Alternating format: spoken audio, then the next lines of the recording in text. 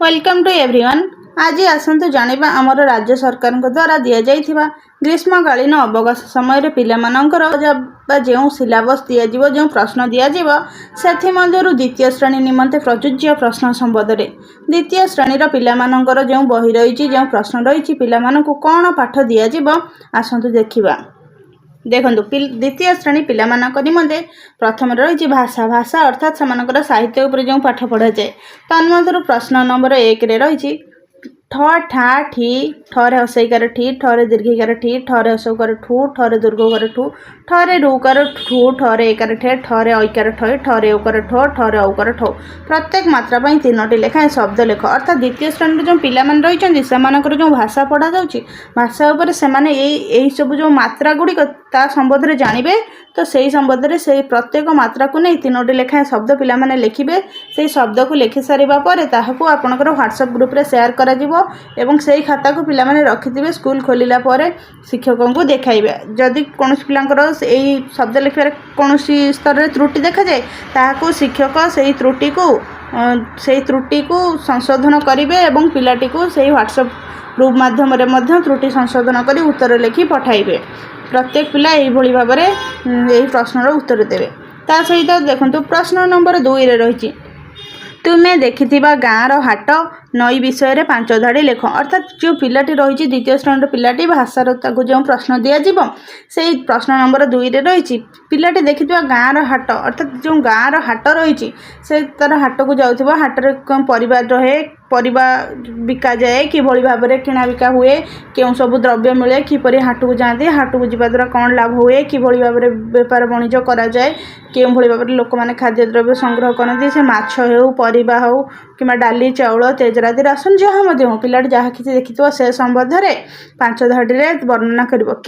नई नई अर्थात गाँ गहली विशेष भाव में नई समस्ते देखी तो नई रे जो आम रही है नईर कार्य कौन नई कि भाव में माछ धरा जाए नई डंगा चले नई पानी आसे नई बाली बाली नि जाए बाली नहीं घर कार्य लगे यही भाव में तो नईर जो पड़िया रही पड़िया गाई गोरु चरती ता द्वारा पशुपालन वृद्धि पाए ता सहित जो नई पठा थाए नई पठारे परिवा चाष करा जाए यही सब विषय में पिलाटी को धारणा दिज्व एवं पिलाटी से संबंध में तार जहाँ निजर धारणा आसो से संबंध में केते लिख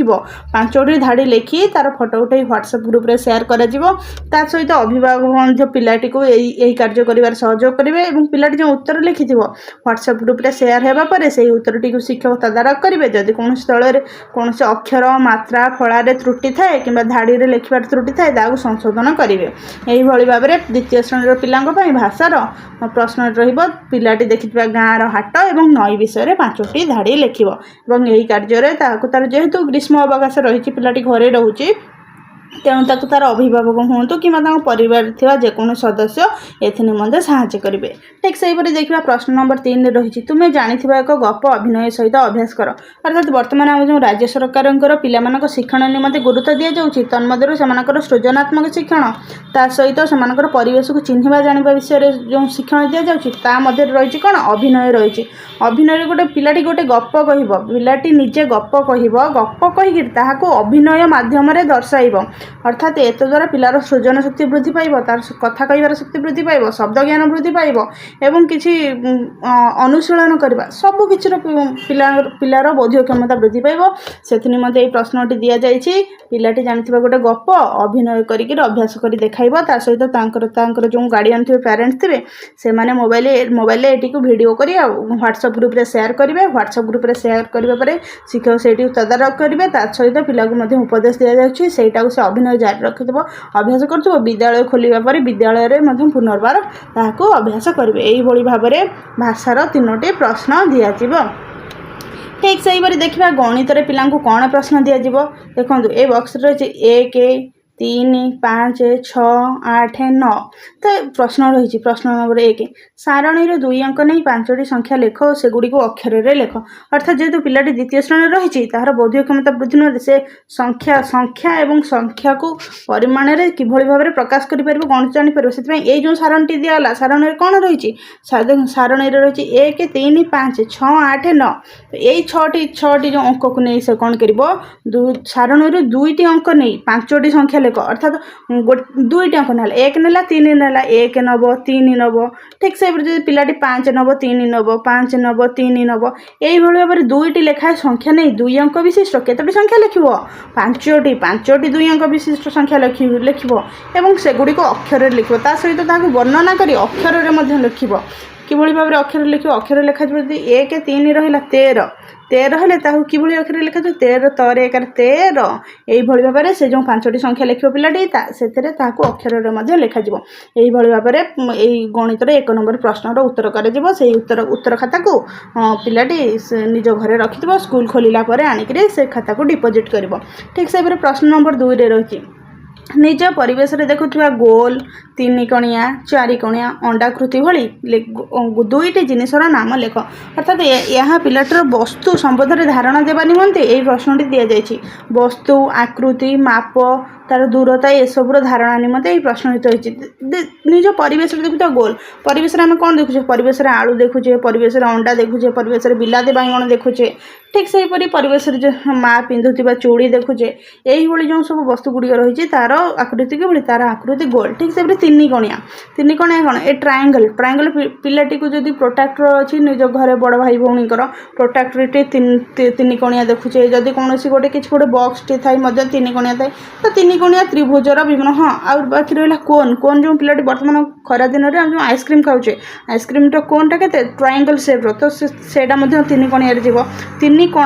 କୋଣ ବୋଲିକିରି କହିଲେ କୋଣକୁ କହିଲେ ଯାହାର ଗୋଟେ କର୍ଣ୍ଣର ସୃଷ୍ଟି ହେଉଛି ଗୋଟେ କୋଣ ସୃଷ୍ଟି ହେଉଛି ଠିକ୍ ସେପରି ଆମର ଯେଉଁ ଘର ରହୁଛି ଘରର ବି ଗୋଟେ କୋଣ ସୃଷ୍ଟି ହେଉଛି ନା ନାହିଁ ତ ଏହି ଚିତ୍ର ଗୁଡ଼ିକ ଗୋଟେ ଧାରଣା ଆସିବ ଯେ କେଉଁଭଳି ଭାବରେ କୋଣ ସୃଷ୍ଟି ହେଉଛି ତା ସହିତ 4 କଣିଆ ବୋଲିକିରି କହିଲେ ଯାହା ଯେଉଁ ବସ୍ତୁ ପଦାର୍ଥ ଦ୍ରବ୍ୟର 4ଟି କୋଣ ରହିଛି 4ଟି କୋଣ ରହିଲେ କ'ଣ ପ୍ରଥମେ ଆସୁଛି ଆମର ଘର କହିଲେ ଘରର କେତୋଟି କୋଣ ମ୍ୟାକ୍ସିମମ୍ ଘରର 4ଟି କୋଣ ରହୁଛି ଠିକ୍ ସେପରି ଆମର କିଛି ଗୋଟେ ବାକ୍ସ ରହୁଛି ବାକ୍ସର 4ଟି କୋଣ ରହୁଛି ଠିକ୍ ସେପରି ପରିବେଶରେ ଯାହା ବି କିଛି ଜିନିଷ ଦେଖୁଛି କିଛି ଗୋଟେ ଇଲେକ୍ଟ୍ରିକ୍ ବୋର୍ଡ଼ ଦେଖୁଛି ତାହାର ମଧ୍ୟ 4ଟି କୋଣ ରହୁଛି ଯେକୌଣସି ଜିନିଷ ଦେଖୁଛି ଜାଣୁଛେ ଯେ ତାର 4ଟି କୋଣ ଥିବ ତାହାକୁ ଅବଲୋକନ କରିବେ ତା ସହିତ ପିଲାମାନଙ୍କୁ ଏହି 4ଟି କୋଣ ଚିହ୍ନିପାରେ ଅଭିଭାବକମାନେ ମଧ୍ୟ ସାହାଯ୍ୟ କରିବେ ତ ପିଲାଟି ଜାଣିପାରିବ କୋଣ କେତେ ପ୍ରକାର ସବୁ ରହିଛି 4 କୋଣିଆ ବସ୍ତୁ କିଏ 3 କୋଣିଆ ବସ୍ତୁ କିଏ ଅଣ୍ଡାକୃତି ବସ୍ତୁ କିଏ ତା ସହିତ ଅଣ୍ଡାକୃତି କିଏ ଅଣ୍ଡା କିଭଳି ଭାବରେ ଅଣ୍ଡା এইଭଳି ପରିକା ତାର ଅଣ୍ଡାଟା ଯେଉଁ ଓଭାଲ ସେପ୍ର ତ ତେଣୁକରି ପିଲାକୁ ଏଇସବୁ ଚିହ୍ନ ଏଇସବୁ ଚିତ୍ର ଦେଖିକିରି ସେ ତାକୁ ଚିହ୍ନିବ ଏବଂ ଘରେ ଯେଉଁ ପିତାମାତା ଅଛନ୍ତି କିମ୍ବା ଅନ୍ୟ ସଦସ୍ୟ ଅଛନ୍ତି ତାହାକୁ ସାହାଯ୍ୟ କରିବେ ଏସବୁ ଜିନିଷ ଚିହ୍ନିବାରେ ଜାଣିବାରେ ତାହାକୁ ଗୋଟିଏ ଖାତାରେ ଲେଖିକିରି ରଖିବ ସେଇ ଖାତାଟିକୁ ବି ସ୍କୁଲ ଖୋଲିବା ପରେ ଆଣିକିରି ଶିକ୍ଷକଙ୍କୁ ଦେଖାଇବ ଏବଂ ହ୍ୱାଟ୍ସଆପ୍ ଗ୍ରୁପ୍ରେ ଯେଉଁ ବସ୍ତୁ ପଦାର୍ଥର ନାଁ ଲେଖିଥିବ ତାହାକୁ ଗ୍ରୁପ୍ରେ ସେୟାର କରିବା ପରେ ଯାହା ବି ଭୁଲ ଥିବ ତାକୁ ଶିକ୍ଷକ ତାହାକୁ ସଂଶୋଧନ କରି ପୁନର୍ବାର ଠିକ୍ ଉତ୍ତରଟି ପଠାଇବେ ଏଇଟା ରହିଲା 2 ନମ୍ବର ପ୍ରଶ୍ନର କିଭଳି ଭାବରେ ପ୍ରଶ୍ନଟି ଜାଣିବ ଏବଂ ପ୍ରଶ୍ନଟି ଉତ୍ତର ଲେଖିବ ସେଇଭଳି ଭାବରେ ଆମର ଗଣିତର 3 ନମ୍ବର ପ୍ରଶ୍ନ 3 ନମ୍ବର ପ୍ରଶ୍ନ ପାଇଁ ରହିଛି ବିଭିନ୍ନ ପ୍ରକାର ଗାର ହେଉ ସିଧା ଗାର ହେଉ ତ ସେଇଟା ଆମର ସ୍ଲାସ୍ ହେଉ এইଭଳି ଗାର ବ୍ୟବହାର କରି ନିଜ ପସନ୍ଦର ଚିତ୍ର ଅଙ୍କନ କର ଅର୍ଥାତ୍ ଆମର ଯେଉଁ ରହିଛି ପିଲାମାନଙ୍କର ଯେଉଁ ମୋଟର ସ୍କିଲ୍ ରହିଛି ମାଂସପେଶୀ ଜନିତ ଅସୁବିଧା ଭୋଗ କରୁଛନ୍ତି ଲେଖିବାରେ ସେଥିପାଇଁକି ଏଇ ଚିହ୍ନଟି ଦିଆଯାଇଛି ତ ଲିଖନର ଅଧିକ ଦକ୍ଷତା ବୃଦ୍ଧି ନିମନ୍ତେ ତା ସହିତ ଗଣିତରେ ମଧ୍ୟ ଆମର ଯେଉଁ ଚିହ୍ନ ରହୁଛି ପ୍ଲସ୍ ରହୁଛି ମାଇନସ୍ ରହୁଛି ଗୁଣନ ରହୁଛି ହରଣ ରହୁଛି ଏସବୁ ଜାଣିବା ପାଇଁ ତ ଯେତେବେଳେ ଗୋଟେ ଗାର ପକାଇଲେ ଧୀରେ ଧୀରେ କଲମଟି ଧରି ହେବ ଏବଂ ଅକ୍ଷର ଲେଖିବାକୁ କଷ୍ଟ ଅନୁଭବ ହେବ ନାହିଁ ଅକ୍ଷର ଲେଖିବାରେ ସୁବିଧା ହେବ ତ ଏହା ଥିଲା ଆମର ଦ୍ୱିତୀୟ ଶ୍ରେଣୀ ପିଲାମାନଙ୍କର ଗଣିତର ଯେଉଁ ପ୍ରଶ୍ନ ରହିଛି ସେଇଭଳି ଦେଖନ୍ତୁ ଗାର ପକାଇକିରି ଆଉ କ'ଣ କରିବ ଗାର ପକାଇକିରି ଗୋଟେ ଘର କରିହେବ ଏଠି ଗୋଟେ ଘର କରିହେଲା ନା ନାହିଁ କେବଳ ଗାର ମାଧ୍ୟମରେ এইଭଳି ଭାବରେ ବିଭିନ୍ନ ପ୍ରକାର ଜିନିଷର ଅଭ୍ୟାସ କରିବେ ପିଲାମାନେ ଆଉ ସେ ଖାତାଟିକୁ ରଖିବ ଖାତାଟିକୁ ଆଣିକିରି ସ୍କୁଲ ଖୋଲିଲେ ସ୍କୁଲରେ ସବୁ ଡିପୋଜିଟ୍ କରିବେ ଖାତାଟିକୁ ନଷ୍ଟ କରିବେ ନାହିଁ ତାପରେ ଦେଖିବା ଏଇ ଦ୍ୱିତୀୟ ଶ୍ରେଣୀ ପିଲାମାନଙ୍କର ପରିବେଶ ପାଠରେ କ'ଣ ଦିଆଯିବ ପରିବେଶ ପାଠର ପ୍ରଶ୍ନ ନମ୍ବର 1ରେ ରହିଛି ସ୍ଥଳଭାଗ ଜଳଭାଗ ଆକାଶରେ ବ୍ୟବହାର ହେଉଥିବା ଯାନବାହନ ଗୁଡ଼ିକର ଚିତ୍ର ସଂଗ୍ରହ କରି ଅଠା ଦେଇ କାଗଜରେ ଲେଖା ଅର୍ଥାତ୍ ସ୍ଥଳଭାଗ କହିଲେ ଆମେ କାହାକୁ ବୁଝାଏ ସ୍ଥଳଭାଗ କହିଲେ ଆମର ଯେଉଁ ମାଟିକି ବୁଝାଏ ସେହିପରି ଜଳଭାଗ କହିଲେ ଯେଉଁ ପାଣି ଯେଉଁ ସ୍ଥାନରେ ଥାଏ ତାକୁ ବୁଝାଏ ଆକାଶ କହିଲେ ଆମର ବାୟୁମଣ୍ଡଳକୁ ବୁଝାଏ ଅର୍ଥାତ୍ ସ୍ଥଳଭାଗ କହିଲେ କ'ଣ ଯେଉଁଠି ଆମେ ପାଦ ରଖି ଚାଲୁଛେ ମାଟି ରହିଛି। ଜଳଭାଗ କହିଲେ ଯେଉଁ ଗଡ଼ିଆ ପୋଖରୀ କୂଅ ସମୁଦ୍ର ନଈ